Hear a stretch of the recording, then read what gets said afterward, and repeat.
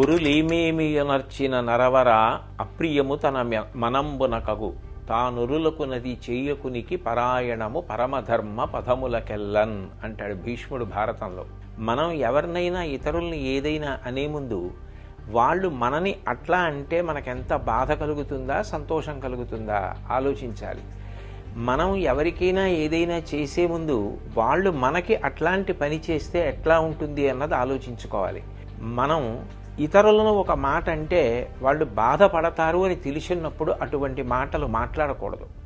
ఏ పని చేస్తే ఇతరులు బాధపడతారో అటువంటి పనులు అసలు చేయకూడదు. ధర్మాలలోకెల్లా పెద్ద ధర్మం అదే. కాబట్టి సంయమనం అన్నది పాటించాలి. 84 లక్షల జీవరాశులలో వాక్కు ఉన్నది మనుష్యుడికొక్కడే. ఆ మనుష్యుడు తన వాక్కుని 10 మంది శాంతి కోసం సంతోషం కోసం వాడాలి తప్ప ఇతరుల మనసులు గాయపడడానికి మాటని వాడకూడదు. ఈ విషయాలు దృష్టిలో పెట్టుకుని మనందరం కూడా సోషల్ మీడియాని సక్రమంగా వాడుకుందాం తప్ప ఇతరుల యొక్క మనసులు బాధపడేటట్టుగా ప్రత్యేకించి కుటుంబ సభ్యుల్ని మహిళలని ఉద్దేశించి అసభ్యకరమైన పోస్టులు పెట్టకుండా మనని మనం నియంత్రించుకుని సభ్యతా సంస్కారాల్ని చాటి. ఒరులేమేమియనర్చిన నరవర అప్రియము తన మనంబునకగు తానురులకు నది చేయకునికి పరాయణము పరమధర్మ పదములకెల్లన్ అంటాడు భీష్ముడు భారతంలో. మనం ఎవరినైనా ఇతరుల్ని ఏదైనా అనే ముందు వాళ్ళు మనని అట్లా అంటే మనకెంత బాధ కలుగుతుందా సంతోషం కలుగుతుందా ఆలోచించాలి. మనం ఎవరికైనా ఏదైనా చేసే ముందు వాళ్ళు మనకి అట్లాంటి పని చేస్తే ఎట్లా ఉంటుంది అన్నది ఆలోచించుకోవాలి. మనం ఇతరులను ఒక మాట అంటే వాళ్ళు బాధపడతారు అని తెలిసినప్పుడు అటువంటి మాటలు మాట్లాడకూడదు. ఏ పని చేస్తే ఇతరులు బాధపడతారో అటువంటి పనులు అసలు చేయకూడదు. ధర్మాలలోకెల్లా పెద్ద ధర్మం అదే. కాబట్టి సంయమనం అన్నది పాటించాలి. 84 లక్షల జీవరాశులలో వాక్కు ఉన్నది మనుష్యుడికొక్కడే. ఆ మనుష్యుడు తన వాక్కుని 10 మంది శాంతి కోసం సంతోషం కోసం వాడాలి తప్ప ఇతరుల మనసులు గాయపడడానికి మాటని వాడకూడదు.